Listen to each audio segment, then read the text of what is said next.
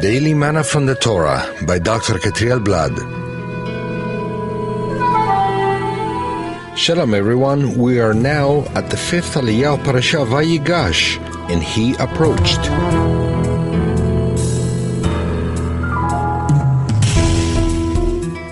Today's Aliyah is found in Genesis 45 verse 28 to chapter 46 verse 27. Today's reading takes place in chapter 46, verses 2 through 4. And God spoke to Israel in visions of the night and said, Jacob, Jacob. And he said, Here I am. Then he said, I am God, the God of your father. Do not be afraid to go down to Egypt, for there I will make you into a great nation. I myself will go down with you to Egypt, and I will also bring you up again, and Joseph's hand shall close your eyes.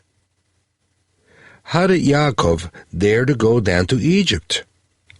When the Eternal made the covenant between the parts of the animals cut in half with Abram, Yaakov's grandfather, he revealed to him that his offspring would be put to slavery and be oppressed in a foreign nation for 400 years. Chapter 15, verse 13. And when Yitzhak, Yaakov's father, wanted to go to Egypt to survive the drought, the Eternal forbade him and told him to stay in the land. Chapter 26, verses 1 and 2. Now, Yaakov was receiving an invitation from Yosef to go down to Egypt with all his family. But within Yaakov, there must have been lots of doubts and fears. Will we be forced into slavery? Am I doing right in leaving the land of the promise when the Eternal didn't allow my father to do it?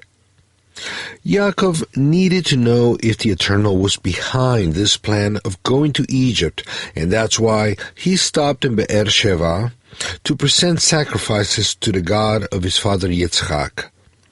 As we've said before, sacrifices represent man's surrender to the Almighty. Yaakov wanted to show his devotion once more and thus renew his surrender to the Eternal. He didn't want to do anything with himself and his family that wasn't part of the plan and will of the Eternal. The future plan of the world's redemption was at stake in that moment, and Yaakov didn't want to make a decision without knowing if the Eternal agreed with it. The vision in the night that Yaakov received was more than enough for him to go on with his plan.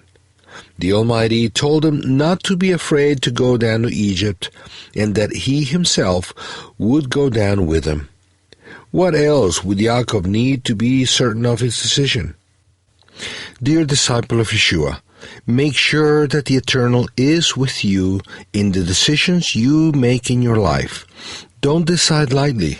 Your future depends on the decisions you make today. Think it over twice, meditate on it with no rush, and make sure that the Eternal is with you in what you plan to do. Then you will prosper and you will succeed, and you know the way to find out God's will, through sacrifice.